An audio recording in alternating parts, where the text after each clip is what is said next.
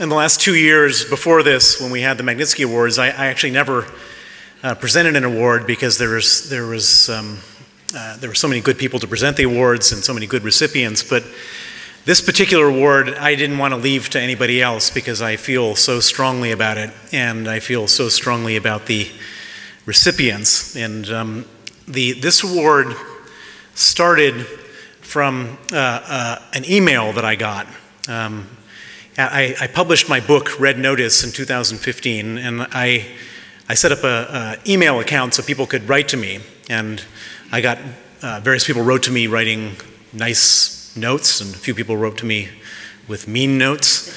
And every once in a while, someone would come to me with a story. And I received a note from a woman, a Russian woman in Guatemala named Irina Bitkov. And Irina Bitkov wrote to me a story that was so shocking that I couldn't help but pay attention. She and her husband and their daughter lived in St. Petersburg. They owned a pulp and paper mill in St. Petersburg. And one day the Russian FSB came to them and said, "We want you to hand over your pulp and paper mill." And they refused.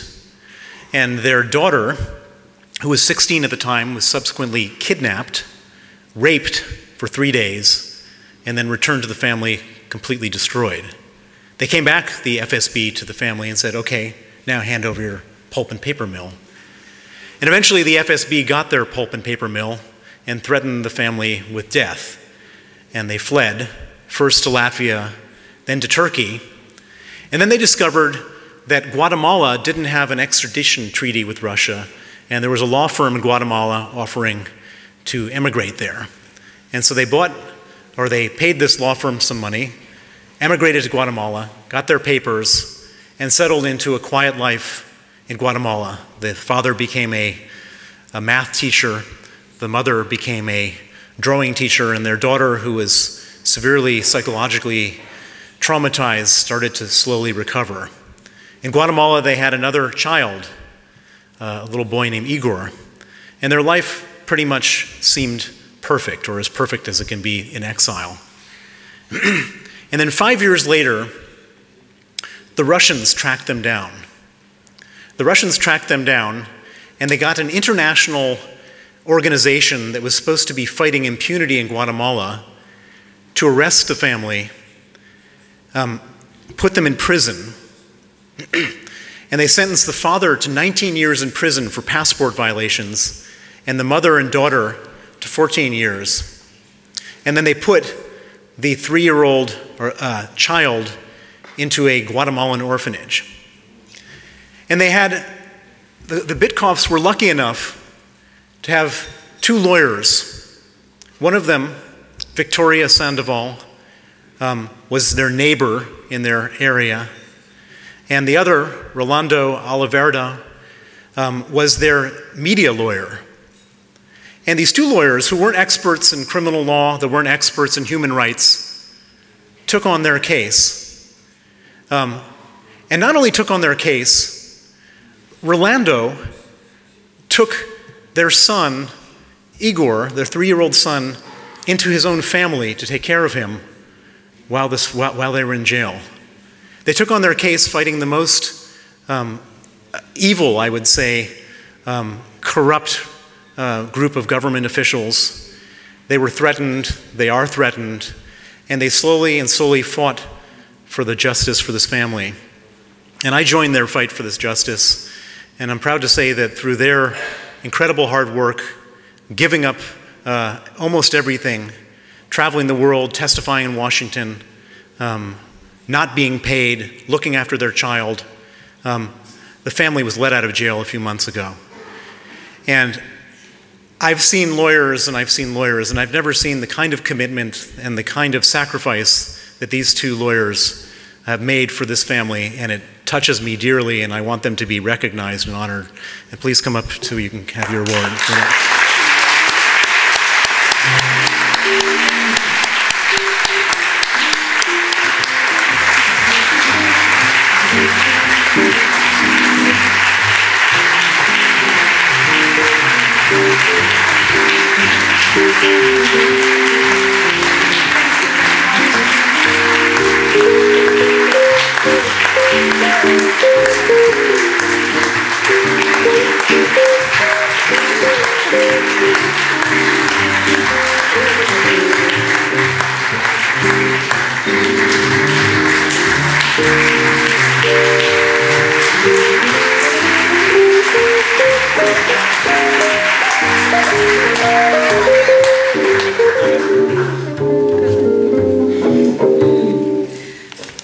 Thank you very much.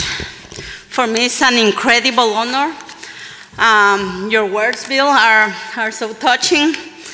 It's an honor to be present, to have been invited to this important ceremony. And I would like to share with you a few words of what we have, the experience that I have had with the Vitkovs. I met the Vitkovs because, well, in fact, yes, we were neighbors, and also because we have kids the same age. So Irina and I took our babies to the same kindergarten, and that's how we started a friendship. One morning on January 2015, their house was being raided for about 100 officials from CICIG and FESI, which is like the prosecutors of high-risk cases.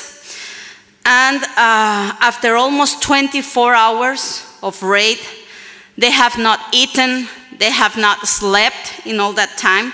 They were arrested, and they were driven to the courthouse, where they were locked in cages in the basement of the courthouse, at the view of every person that entered the courthouse. They were humiliated, they were stripped of all hope and dignity. They were tortured. They were locked alongside rapists, killers, murderers, gang members. And because of the inhuman treatment that Anastasia had suffered before, as Bill Browder said, and the inhuman treatment, the torture that she had suffered during the raid under arrest, she suffered a terrible breakdown. And Irina had no other option but lay her down at the dirty floor of the basement of the courthouse with no medical treatment whatsoever for more than 5 days. Their son, Vladimir, he was 3 years old at the time. He was taken from them. And I cannot imagine the terrible pain it meant for him and for his parents. The Vitkovs were alone in Guatemala. They have no family resources over there. And they were surrendered by opportunistic lawyers that only saw them as easy prey, because they thought that they were going to be soon deported to Russia. Thankfully, it didn't happen. The press exposed the case as picturing them as the leaders of a smuggler's structure that was very dangerous, and that had the effect that many of the people, neighbors, friends, left them alone, thinking they were terrible people like the Russian mafia or something. This case has led me to know how far can human evilness and the ambition that feeds it can go. It is almost impossible not to feel powerless facing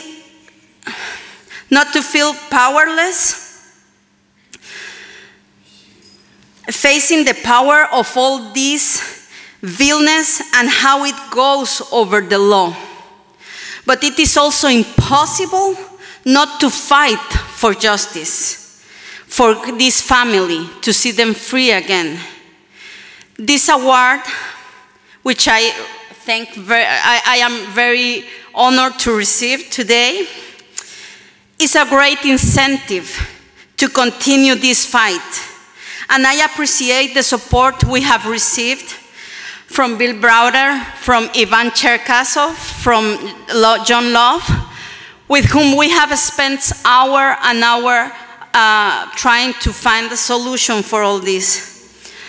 Thank you very much.